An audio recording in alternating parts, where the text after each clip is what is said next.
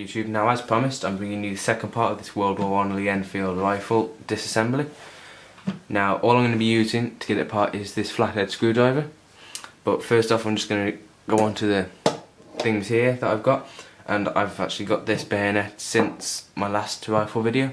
And this is a pre-World War One, as you can see about there, if it focuses on it, where the date is 1907. So it's pre-World War One bayonet. As you can see, it's a very nice bayonet. The blade's in very nice condition. There's no dents or damage, and maker's mark is there as well. So all in all, this is a very nice bayonet, and it does fit onto the rifle, which is very nice. So it's nice to have that. So I'll just put that there, and then we've got obviously the drill rounds that I've been using to display inside this rifle. So now that I've shown you them, I'll move them aside. And first off, I'm going to take the magazine out and get the bolt out. So there's the magazine out, and here you'll see me getting the bolt out, like so. So I'll put them there. And now, as you can see, we just have the rifle, which we need to now take all the wood off, which I shall do first. But first off, I need to get the sling off. But I'm not going to completely take it off. I'm just going to take this top end up here off, so it just stays on at the bottom, so it doesn't take too long to get back on, because it's not necessary to take it all off to get the rifle apart. So I'm sorry I can't get this on the video, but I haven't got enough space. But I am just unscrewing the one area, which I'll show you in a moment.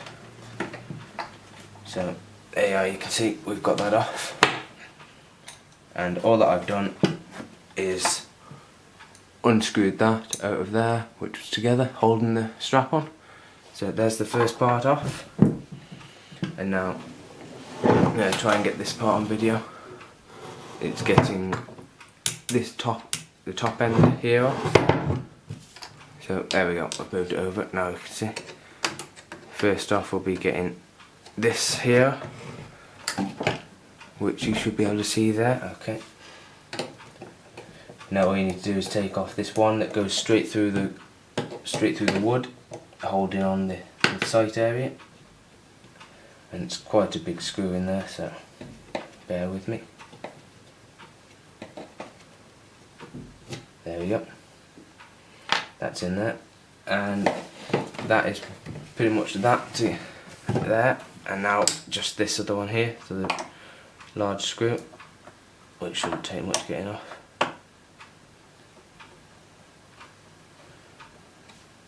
There we are, you can see that's a much smaller one than the other one. So now all you need to do is basically give this a good pull, like so.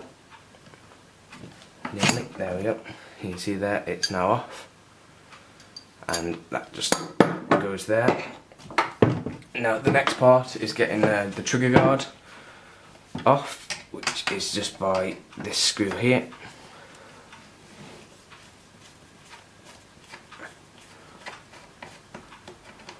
Like so, and then that should be that for that. So I'll just put that there. Then I'm going to take this piece off first, just so it's out the way, and this is just the top of the rifle here on the top. So there we go, we've got that. And now let's move that out the way. All needs to be done now to get the trigger guard off is this small screw here. If I just zoom in on that, there you can see it's this one here. So I'll just get that off now. And this is quite a small screw, so it's quite difficult to get off, but I'll get it off. There we are, nice small screw that's now off. So zoom out again.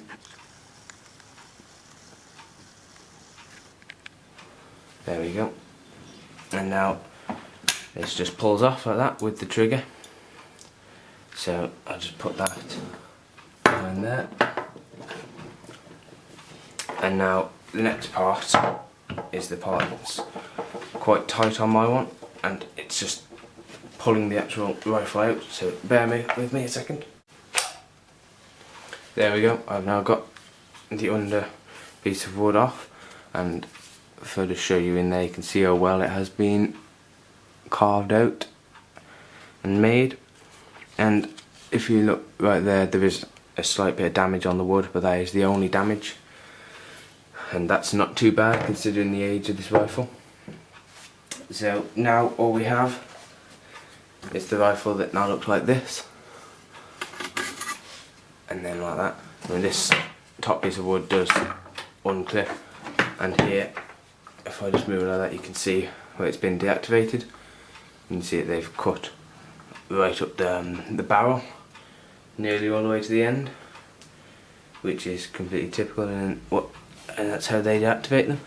So that's pretty much as far as I've ever stripped it down before, and I'm probably not going to try anymore, just in case I damage it, because it is a very old gun. So that's pretty much going to be it, if I just move this out of the way. And I do have a few more guns to video. I've got two Mausers to video, and a Russian PPSH to a submachine gun, and then there's the German MG42 that I've got that needs a big area to be videoed, so I don't know when I'll be doing that. And there's also a Chinese light machine gun that needs to be videoed as well. So that's pretty much it for this video, and you can see all the components here. And probably in one of my later videos I'll be doing a bolt disassembly, show you how the bolt works. So keep a lookout for that, and thanks for watching.